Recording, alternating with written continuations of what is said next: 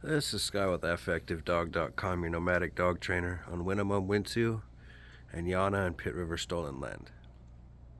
Let's talk about the brain and neurological pathways. Let's connect it to all these trees and grass and the pathways we see. I don't know if you can hear the hummingbird, if you hear birds going by, me talking, imagining the sun, or however your perspective is on this. So this is what we see here is pretty much more of our neocortex, right? We have all these little pathways that we can go through. Then we got to remember everything that we see here, these trees, these leaves, everything sitting on the ground, the air. That's the stuff that we think we can control. Well, I can go left, I can go right, I can see this, I can hear this, and that's going to help me make decisions. What we don't see is the stuff that's under the ground. The dirt, the soil, the bacteria, the viruses, the bugs, the other animals, the things that I can't even describe, the roots, the nutrients, the serotonin. All these things that are underground is what's helping control what we see. Right? Does that make sense? So while we see all this stuff out here, we hear, we listen, we feel, has a bigger impact than what's happening. What's happening underneath has a bigger impact to help everything survive and thrive. So like we're in winter, it's December, it's almost Christmas. It's supposed to be cold and snowing. A lot of people are in the northern hemisphere. All these different little things we see here. The winter solstice. More so the winter solstice than it is Christmas. All these things that we see are a small but significant part we play, part that plays in our brain.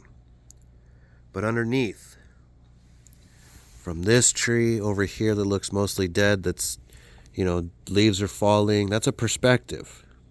But underneath of it, this water stores, the bacteria, everything that helps it grow, the nutrients it borrows from that half-dead tree, over the chopped-off tree over there with the youngsters growing on it, to this other one that's over here, completely different species, to this one over here in front of me that has berries, to the pine trees, to the oak trees, to the manzanita, to the poison oak, and all the little grass.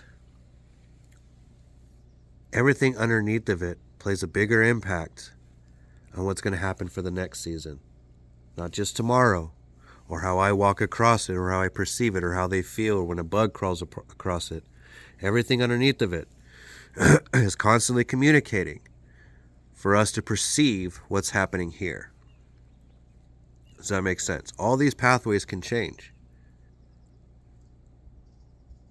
All this conversation will change. Everything's connected. 1000% everything's connected to the trees you see all the way to, when I scan to the left, to the trees all the way to the dirt area you see to the right.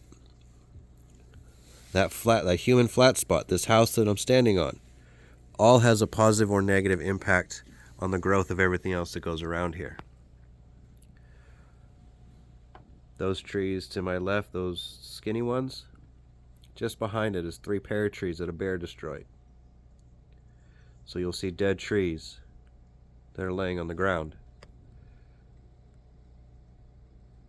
All the bacteria, everything else from the ground, is going to eat that as it decomposes. All the bugs and everything's going to go back into the ground.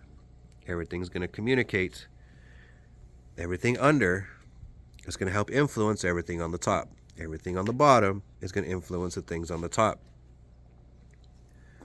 So yes, everything is connected. It's just not one way or the other. We look at things from a more of a bottom-up approach, and we look at it from our brain.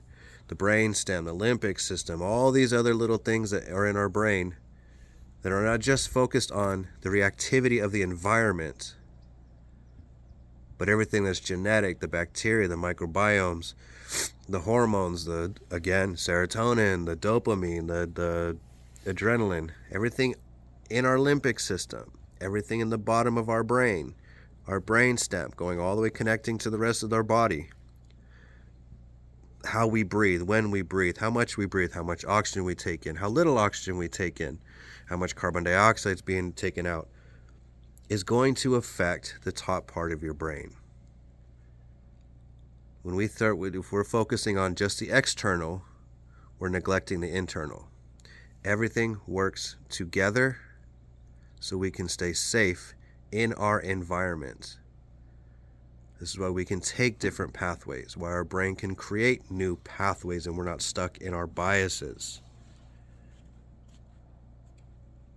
That's why everything can change. We can come up with new stuff. We can come up and go, aha moments are needed when you're ready. All these things, like I said, from just like the brain, everything underneath, the stuff you don't think or you can't see, are just as important, if not more so, to how you perceive your environment, to help you feel safe in your environment. This is Scott with AffectiveDog.com. Have a great day.